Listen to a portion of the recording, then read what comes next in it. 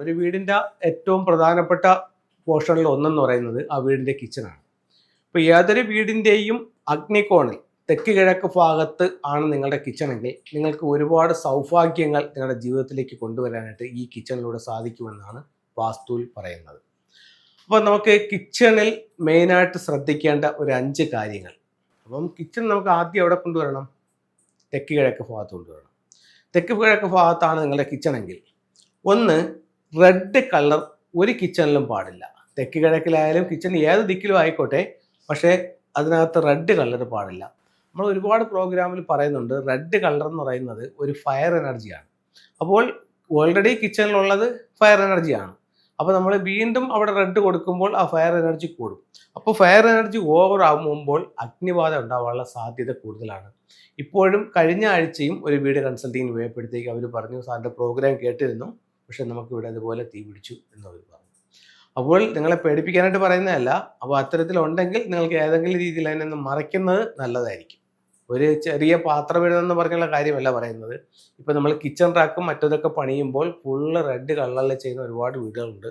അപ്പം കിച്ചണിൽ red colour അത്ര നല്ലതല്ല എന്ന് ചൈനീസ് വാസ്തുകലയായ ഫെങ്ഷുയിൽ പറയുന്നു. അടുത്ത നോക്കാം, മെഡിസിൻ. ഇപ്പം നമുക്ക് കിച്ചണിൽ മെഡിസിൻ വയ്ക്കുകയാണ്. ഇപ്പോൾ ഒരുപാട് വീടുകളിൽ നമ്മുടെ ഇപ്പം എല്ലാവരും നിത്യവും മരുന്ന് കഴിക്കുന്ന ആൾക്കാരായിട്ട് മാറിയിരിക്കുകയാണ്. അപ്പോൾ അങ്ങനെ ഒരു സാഹചര്യത്തിൽ നമുക്ക് പെട്ടെന്ന് എടുക്കാനും വയ്ക്കാനുള്ള സൗകര്യത്തിനായിട്ട് പലരും കിച്ചണിൽ ഇത് സൂക്ഷിക്കുന്നുണ്ട്. അപ്പം നമ്മൾ എന്തും സിംബോളിക്കായിട്ട് ചെയ്യുമ്പോൾ അത് നമ്മുടെ ലൈഫിൽ കൂടുതൽ അട്രാക്റ്റ് ചെയ്യും എന്നുള്ളതാണ്. അപ്പം നമുക്ക് മെഡിസിൻ കിച്ചണിൽ വെക്കുമ്പോഴത്തേക്കെന്ന് പറഞ്ഞു കഴിഞ്ഞാൽ നമ്മൾ ഭക്ഷണം കഴിക്കുന്ന കണക്ക് എപ്പോഴും ഉള്ള കാലം മൊത്തവും നമ്മൾ മരുന്ന് കഴിക്കുന്ന ഒരവസ്ഥയിലേക്ക് പോകാനുള്ള സാധ്യത ഉണ്ടെന്ന് ഫെങ്ഷുയിൽ പറയുന്നു. അതുകൊണ്ട് കിച്ചണിൽ നിന്നിട്ടുള്ള മെഡിസിനുകൾ ഒഴിവാക്കുന്നത് നല്ലതായിരിക്കും. ഇപ്പോൾ ചിലർ ചോദിക്കും, നമ്മുടെ ഇൻസുലിനൊക്കെ ഉണ്ട്, അത് ഫ്രിഡ്ജിൽ വെക്കുന്നുണ്ട്, കുഴപ്പമുണ്ട. അത്തരം കാര്യങ്ങൾ ഇരിക്കട്ടെ, അല്ലാതെ ബാക്കിയുള്ളത് കഴിയുന്നതും ഒഴിവാക്കുന്നതാണ് നല്ലത്. അപ്പം നമുക്കിതിനകത്ത് പറയുന്ന എല്ലാ കാര്യങ്ങളും നമുക്ക് പാലിക്കാൻ പറ്റിയെന്ന് വരില്ല. ചെയ്യാവുന്നിടത്തോളം കാര്യങ്ങൾ ചെയ്യുക, അത്രത്തോളം പ്രശ്നങ്ങളെ ലഘൂകരിക്കുക എന്നുള്ളതേ നമ്മൾ ഉദ്ദേശിക്കുന്നുള്ളൂ. അടുത്തത് മൂന്നാമത്തെ ഒരു ഘടകം എന്ന് പറയുന്നത് ഫയർ ആൻഡ് വാട്ടർ. അതായത് എന്ന് പറഞ്ഞാൽ ഇത് രണ്ടും ഓപ്പോസിറ്റ് ആയിട്ടുള്ള 2 എലമെന്റ്സുകളാണ്. അപ്പോൾ ഒന്നിന് നേരെ ഇരിക്കുമ്പോൾ കലഹമുണ്ടാകുമെന്ന് ഫെങ്ഷുയി പറയുന്നു. ഉദാഹരണത്തിന് നമ്മളൊരു സ്റ്റൗ വെച്ചു, ഇവിടെ കിഴക്ക് ഭാഗത്തൊരു സ്റ്റൗ ഇരിക്കുകയാണ്. അതിൻ്റെ നേരെ ഓപ്പോസിറ്റ് പടിഞ്ഞാറ് ഭാഗത്തൊരു ഫ്രിഡ്ജ് ഇരിക്കുകയാണെങ്കിൽ ഇത് രണ്ടും ഓപ്പോസിറ്റായി.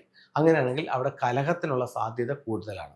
അപ്പോൾ വെള്ളവും തീയും അടുത്തടുത്ത് പാടില്ല എന്നുള്ളൊരു ഇത് പറയുന്നുണ്ട്.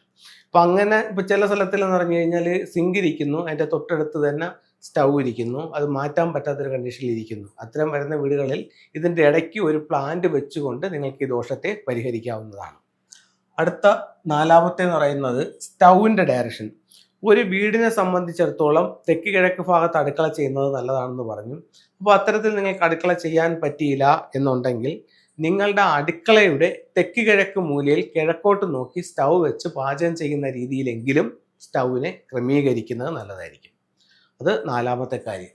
അടുത്ത 5ാമത്തെ എന്ന് പറയുന്നത് സിങ്കിൻ്റെ ഡയറക്ഷൻ, അതായത് തീയും വെള്ളവും. അപ്പം അഗ്നി നമുക്ക് എവിടെ വരണമെന്ന് പറഞ്ഞു? അഗ്നികോണിലേക്ക് വരണമെന്ന് പറഞ്ഞു.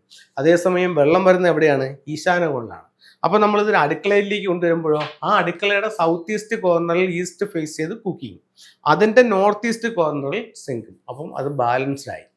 അപ്പം ഈ രീതിയിൽ ഇത്തരം കാര്യങ്ങൾ ശ്രദ്ധിക്കുന്നത് നല്ലൊരു എനർജി വീട്ടിലേക്ക് വരാനും നമുക്ക് കൂടുതൽ സൗഭാഗ്യങ്ങൾ ഉണ്ടാവാനും നല്ലതായി ചൈനീസ് വാസ്തുകലയായ ഫെങ്ഷുയിൽ പറയുന്നുണ്ട്. ഇനി നമുക്ക് 3-4 ടൂളുകൾ നോക്കാം. അപ്പം നമുക്ക് സാമ്പത്തികമായിട്ട് അഭിവൃദ്ധി നേടാനായിട്ട് എന്ത് ചെയ്യാം? ഇത്തരത്തിലുള്ള സിട്രിൻ നമ്മുടെ കൈവശം സൂക്ഷിക്കുന്നത് നമ്മളിലേക്ക് വെൽത്തിനെ അട്രാക്റ്റ് ചെയ്യുമെന്ന് ഫെങ്ഷുയി പറയുന്നു. ഇപ്പം സിട്രിനായിട്ട് അതിൻ്റെ സ്റ്റോണായിട്ട് കിട്ടുന്നുണ്ട്, അതുപോലെ തന്നെ അതിൻ്റെ ബ്രേസ്ലെറ്റും കിട്ടുന്നുണ്ട്. അപ്പോൾ ഇത്തരത്തിലുള്ള ബ്രേസ്ലെറ്റുകൾ നമുക്ക് ശരീരത്തിൽ ധരിക്കാവുന്നതാണ്. ഒരുപാട് ആൾക്കാർ വാങ്ങിച്ച് നല്ല റിസൾട്ട് പറയുന്നുണ്ട്. അടുത്തത് ഫെങ്ഷുയി ഇഷ്ടപ്പെടുന്നവർക്ക് പെട്ടെന്ന് ഉപയോഗിക്കാവുന്നതും പെട്ടെന്ന് റിസൾട്ട് കിട്ടുന്നതുമായിട്ടുള്ള 4 ടൂളുകൾ. ഒന്ന്, നിങ്ങളുടെ സ്വീകരണമുറിയുടെ കിഴക്ക് വശത്ത് ഒരു ഗ്രീൻ ഡ്രാഗൺ, അതിന് നേരെ ഓപ്പോസിറ്റ് ആയിട്ട് വെസ്റ്റ് സൈഡിൽ ഒരു വൈറ്റ് ടൈഗർ. നിങ്ങളുടെ സ്വീകരണമുറിയുടെ തെക്ക് വശത്ത് ഒരു ഫീനിക്സ് ബേർഡ്, അതിൻ്റെ നേരെ ഓപ്പോസിറ്റ് ആയിട്ട് വടക്കിൽ എന്ത് ചെയ്യാം? നമുക്ക് ഒരു ടോർട്ടോയ്സിൻ്റെ ചിത്രവും വയ്ക്കാം. അപ്പം ചൈനീസ് വാസ്തുകലയായ ഫെങ്ഷുയി പ്രകാരം വീടിൻ്റെ സ്വീകരണമുറിയുടെ 4 ദിക്കുകൾ 4 സ്വർഗീയ മൃഗങ്ങളാൽ സംരക്ഷിക്കുന്നതാണ്. അപ്പോൾ ഞാൻ ഈ പറഞ്ഞ പ്രകാരം നിങ്ങൾക്ക് 4 ദിക്കുകളിലായിട്ട് അതിനെ പ്ലേസ് ചെയ്യാവുന്നതാണ്. ഗ്രൗണ്ടിൽ നിന്നിട്ട് ഒരു 7 അടി ഹൈറ്റിലോ 8 അടി ഹൈറ്റിലോ നിങ്ങൾക്ക് ഇത് വെക്കാം. അതിൽ ഡ്രാഗൺ മാത്രം കുറച്ചും കൂടെ ഉയരത്തിലോട്ട് വെക്കേണ്ടതാണ്. എല്ലാവർക്കും എല്ലാ ഐശ്വര്യങ്ങളും ഉണ്ടാവട്ടെ എന്ന് പ്രാർത്ഥിച്ചുകൊണ്ട് നിർത്തുന്നു. നന്ദി, നമസ്തേ.